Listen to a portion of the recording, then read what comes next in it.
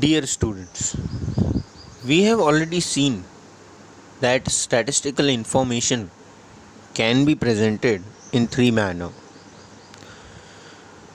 from which one was by the way of graphs or diagrams. Now, whenever any statistical information is presented by way of a graph or a diagram, so it becomes helpful to explain economic principles or relationship in a simple manner. Not only this, but it also becomes attention catching. So, today in this video, I am going to discuss about aspects to be considered while collecting and presenting statistical information in a diagram, graph, or a chart. So, now what are the points we need to consider while representing any information by a diagram or a chart? Let us see.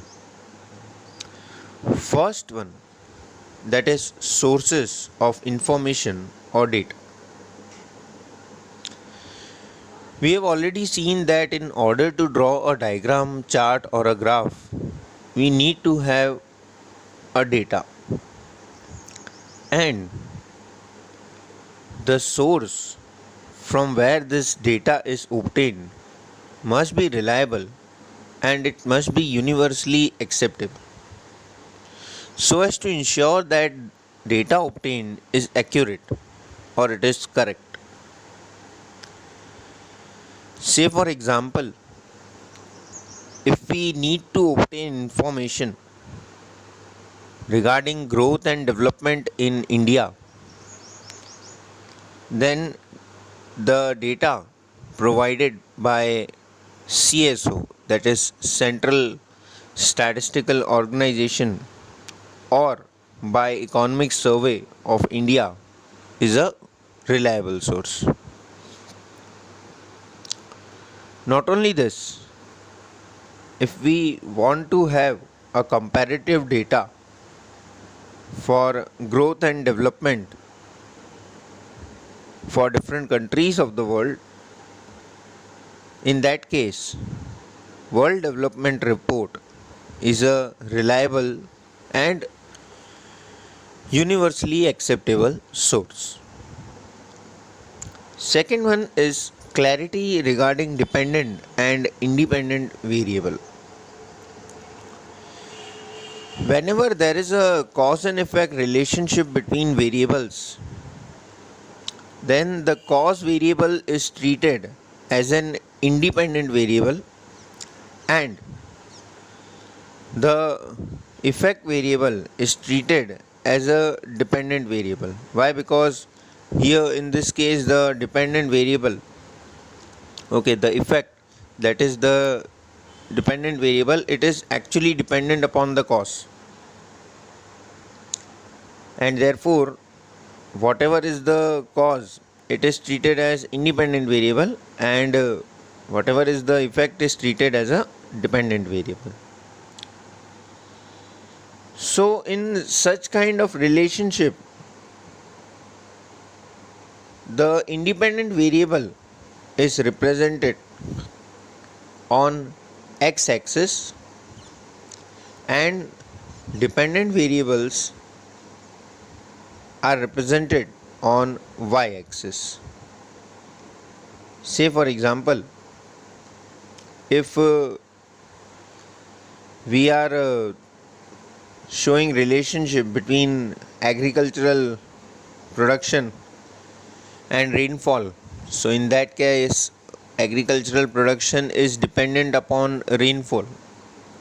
So here rainfall is an independent variable, while agricultural production is dependent variable, and therefore rainfall is to be represented on x-axis and agricultural production is to be represented on y-axis.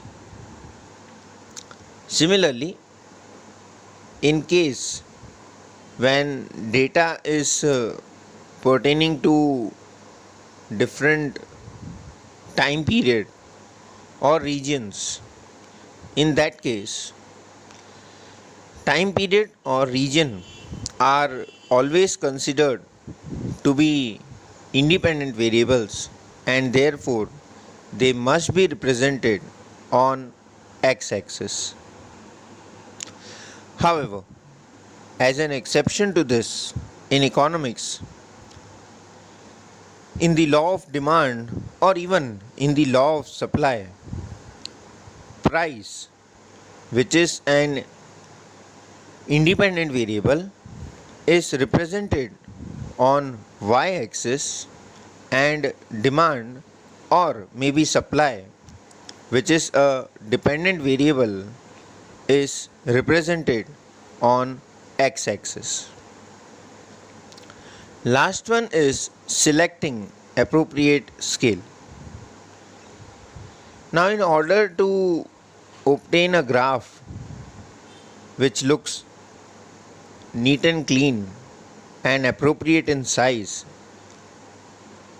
proper scales are to be taken. Now, what are scales first of all? So, scales are measures taken to represent actual data in a diagram. See, when the size of data is too large, so it becomes very difficult to represent that entire data in a single diagram. So, scales are taken, and thus data can be represented in a single diagram. So, here in this case, we need to convert the data.